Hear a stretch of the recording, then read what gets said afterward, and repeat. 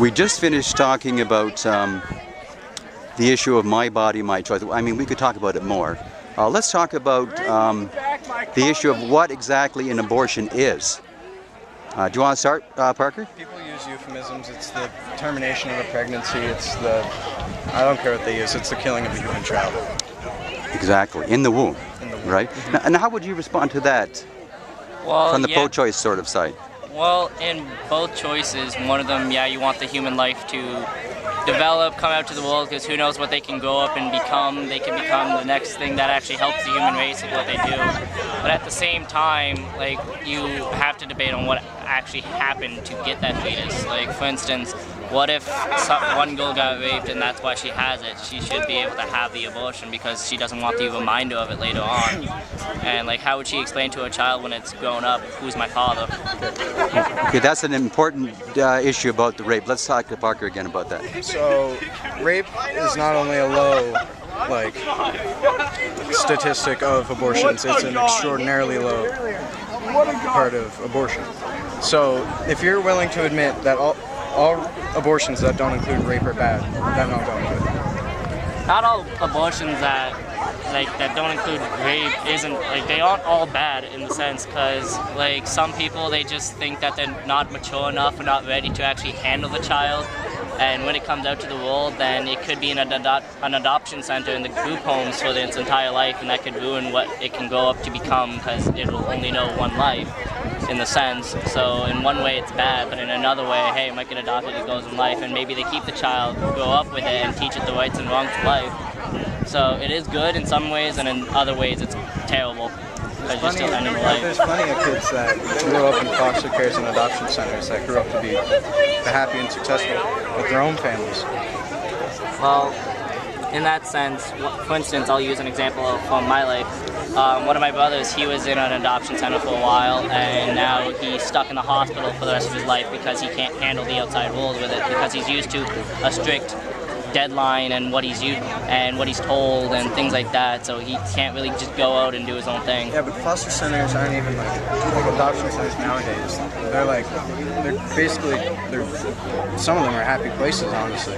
Like, you feel at home with a family. They go out in public, they get to experience it. They're only in there until they're 18, and after that they're kicked out. So. Would you like to respond to the issue of rape? I think even if they are raped, which, like Parker said, I read it was like on Campaign Coalition. I think it was like because people in America come to Canada to get abortions. 1% are from rape or incest, and 3% of abortions are medically necessary. So that means over 97% are just based on convenience. They just did because they didn't want to take care of a child. But when you're entering a sexual relationship, you're understanding that you're taking the risk that no matter how much protection you use, you might get pregnant. That's just a risk you have to take. Not to dismiss the fact that a lot of these scenarios are just stupidity.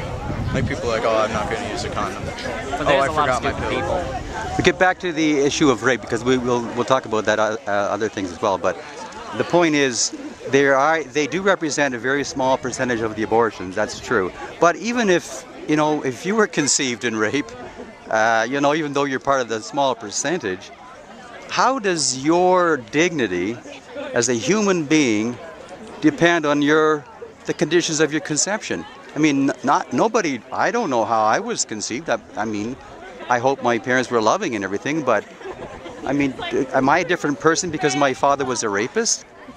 No. So even in the case of rape, why should we kill the child?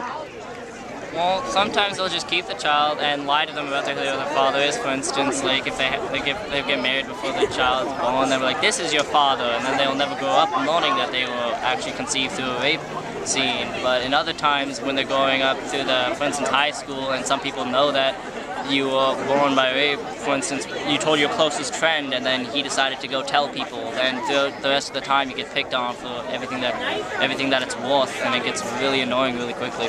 Right. That's more of a problem with people telling that secret. If you know that, you should really keep that to yourself. Yeah. Rape's a tough one. Okay, on this issue though, basically it comes down to that abortion is killing a child, right? Yeah. Absolutely. So is there ever a good reason to kill a child? Not even in the case of rape. But even though that's a horrific experience for the mother, I've met both women who've had abortions because they've been raped, and I've also met women who sometimes not, they wanted to have an abortion, but they couldn't. And they went through the pregnancy and actually had the child. And the miracle is, they don't hate their child. They actually love their child. Like, that's hard to believe. And they don't see the face of the rapist even in the face of the child, even though the child looks like the rapist. Like, that's very hard to believe.